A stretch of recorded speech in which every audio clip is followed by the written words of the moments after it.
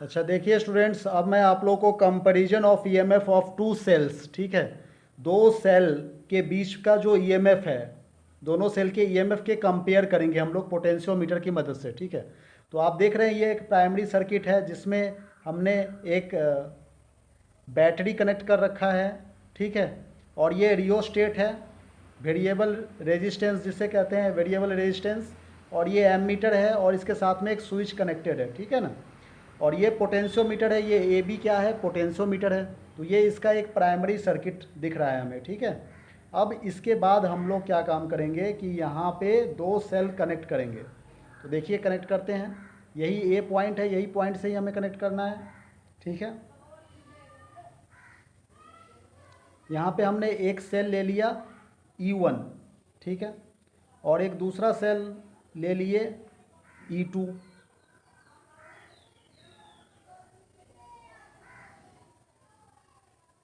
और यहाँ पर एक हमने स्विच कनेक्ट कर दिया।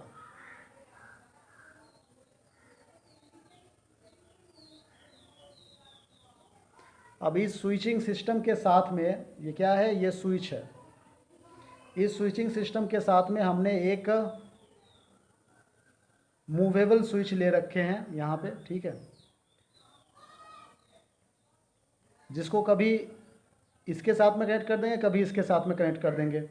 और ये एक गैल्वेनोमीटर के साथ में कनेक्टेड है, गैल्वेनोमीटर के साथ में कनेक्टेड करके यहाँ पर एक पॉइंट हमने कनेक्ट कर दिया J1, इसका नाम है J1, जॉकी है ये, जॉकी, ठीक है ना।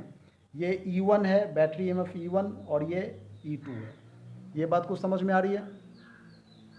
तो देखिए हमने क्या काम किए हैं, सबसे पहले ये स्विचिंग सिस्टम से इस स्विच को हमने यहाँ पे कनेक्ट कर दिया, इसके ए पॉइंट के साथ में, E1 के साथ में कनेक्ट कर दिया। तो अब इन दोनों के बीच का पोटेंशियल डिफरेंस, ये करंट पॉजिटिव से जा रही है, इधर से करंट जा रही है, इस तरह से फ्लो हो रही है, ठीक है ना। इसमें से भी करंट इधर से जाने की कोशिश कर रही है, मतलब इसका एक टर्मिनल हमने ए पॉइंट पर कनेक्ट कर दिया है और इसका दूसरा टर्मिनल हमने यहाँ से लेकर के ये जॉकी पॉइंट पर लेकर के गए, ठीक है ना।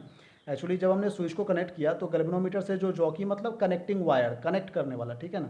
मान लीजिए पेंसिल से कनेक्ट किया तो हमने ये तो तार है, वायर है, तार के ऊपर हमने धीरे धीरे धीरे धीरे करके मूव कराया, गैल्वेनोमीटर की रीडिंग को देखते रहे, ठीक है ना। यहाँ पे मूव कराया, अभी भी नल नहीं शो हुआ। यहाँ पे एक पॉइंट ऐसा है J1 पॉइंट, जहाँ पर गैल्वेनोमीटर का पॉइंटर नल शो कर दिया, ठीक है।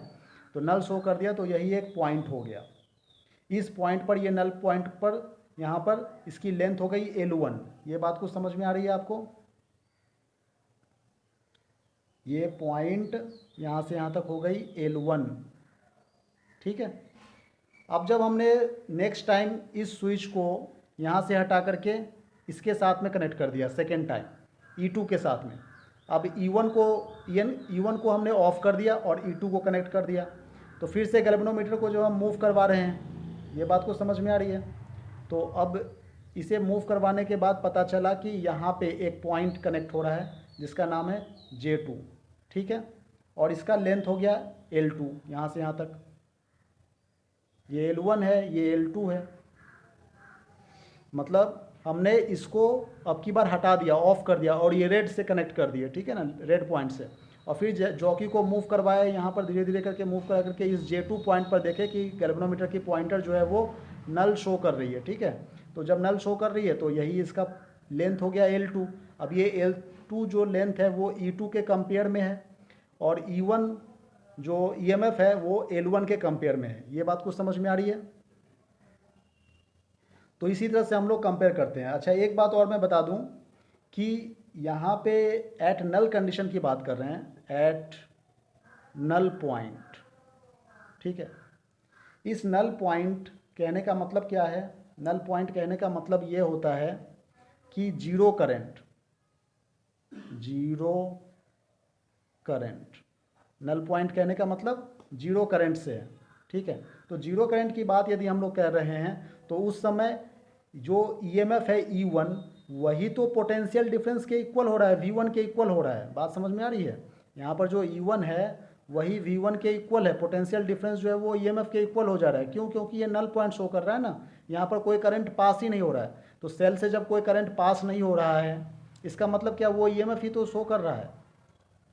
बात समझ में आ रही है? जैसे मान लीजिए हम लोग ये जब इस सेल का वो हम लोग इस ई के साथ में कंपेयर कर रहे होते हैं, तो यहाँ का जो पोटेंशियल डिफरेंस है according to principle of potentiometer, potentiometer में क्या कह रहा था कि पोटेंशियल डिफरेंस जो होता है वो इस मतलब V1, मान लो यहाँ पर V1 जो पोटेंशियल डिफरेंस हो रहा है इसके क्रॉस में, वो इस L1 के डायरेक्टली प्रोपोर्शनल है। यही तो प्रिंसिपल है पोटेंशियोमीटर का।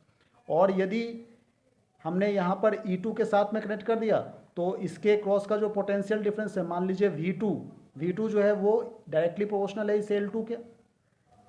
तो हम लोग यहाँ पर पोटेंशियल डिफरेंस को कंसीडर करना था, जबकि हम लोग पोटेंशियल डिफरेंस कंसीडर कर रहे हैं चाहे ईएमएफ कंसीडर करें, बात एक ही है। क्यों? क्योंकि ये तो नल पॉइंट शो कर रहा है। नल पॉइंट मतलब यहाँ से कोई करंट पास ही नहीं हुआ, ठीक है। तो पोटेंशियल डिफरेंस के बदले हम लोग ईएमएफ लिख सकते हैं यहाँ पर, इसलिए हम लोग इस तरह से लिख रहे हैं कि E2 जो है वो V2 के बराबर है। ये बात को समझ में आ रही है? तो अब देखो बहुत ही आसान सा है कि इसे हमने कंपेयर करना है, और कंपेयर करके जो हमें पॉइंट मिला, देखिए हमने यहाँ पे लिख दिया है कि इफ़ L1 और L2 जो बैलेंसिंग लेंथ मिला हमें पोटेंशियोमीटर वायर का, वो cell of the EMF E1 और E2 के रिस्पेक्टिवली है। मतलब E1 के कारण हमें L1 मिला, E1 के कारण L1 मिला और E2 के कारण L2 मिला। ये बात कुछ समझ में आ रही है? तो हम लोग यहाँ पे कंपेयर कर सकते हैं इसको, ठीक है। कंपेयर करके क्या लिख सकते हैं कि E1 is directly proportional to L1। हालांकि हमें यहाँ पर V1 is directly proportional to L1 लिखना चाहिए था, लेकिन मैंने पहले ही बता दिया कि V1 जो है वो E1 के इक्वल है, तो हम लोग E1 लिख सकते हैं, ठीक है ना। इसका नाम दे देंगे इक्वेशन 1।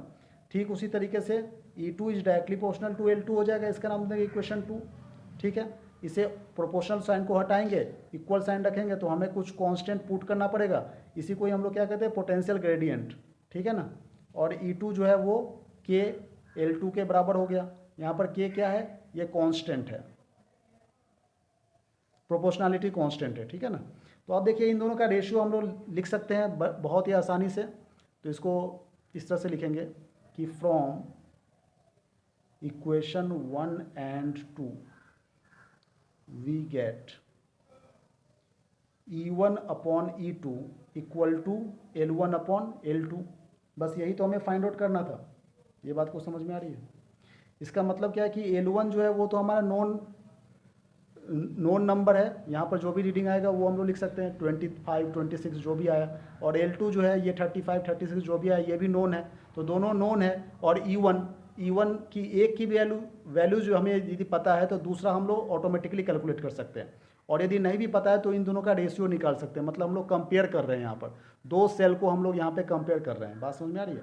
तो देखिए बहुत ही आसान सा था ये टॉपिक, इसको हम लोग फिर से एक बार रिपीट कर दे रहे हैं। हमें पोटेंशियोमीटर की मदद से दो EMF E1 और E2 इसकी दो सेल की EMF को कंपेयर करना है, ठीक है ना। तो देखिए हमने सबसे पहले स्विच को कनेक्ट किया, कनेक्ट करके E1 के साथ में कनेक्ट किया और जॉकी को मूव कराया, ये L1 पॉइंट पर मीट हुआ। तो E1 जो है वो इस L1 के डायरेक्टली प्रोपोर्शनल हो गया। अब हमने स्विच को इससे डिसकनेक्ट किया और इसके साथ में कनेक्ट कर दिया, ठीक है। जब इसके E2 के साथ में कनेक्ट किया तो फिर से हमने जॉकी को मूव कराया और हमें पॉइंट मिला J2, ठीक है। तो अब की बार हमें जो E2 जो है वो इस L2, ये लेंथ यहाँ पर L2 है, ठीक है ना, L2 के डायरेक्टली प्रोपोर्शनल हो गया, ठीक है ना। यही तो प्रिंसिपल ऑफ पोटेंशियोमीटर है। तो देखिए यहाँ पर हमने ये लिख दिया। हालांकि हमें यहाँ पर पोटेंशियल डिफरेंस लिखना चाहिए था, लेकिन चूंकि गैल्वेनोमीटर तो नल शो कर रहा है ना, इस पॉइंट पर नल शो कर रहा है, मतलब जो EMF है वही पोटेंशियल डिफरेंस है। तो जब कोई करंट ही नहीं पास हो रहा है सेल में से, तो इसका मतलब क्या है कि potential difference is equal to EMF। तो हम लोग यहाँ पर पोटेंशियल डिफरेंस की जगह पर EMF लिख दिए। अब यहाँ पर हमने प्रोपोर्शनल को हटा के कांस्टेंट पुट किया है, ठीक है। K कांस्टेंट है। अब दोनों का रेशियो निकाल दीजिए, K से K कैंसिल आउट हो जाएगा। यहाँ पर आप दोनों को डिवाइड कीजिए, K से K कैंसिल आउट हो जाएगा, E1 upon E2 equal to L1 upon L2 हो गया। तो बस यही कंपेरिजन है। Thank you very much.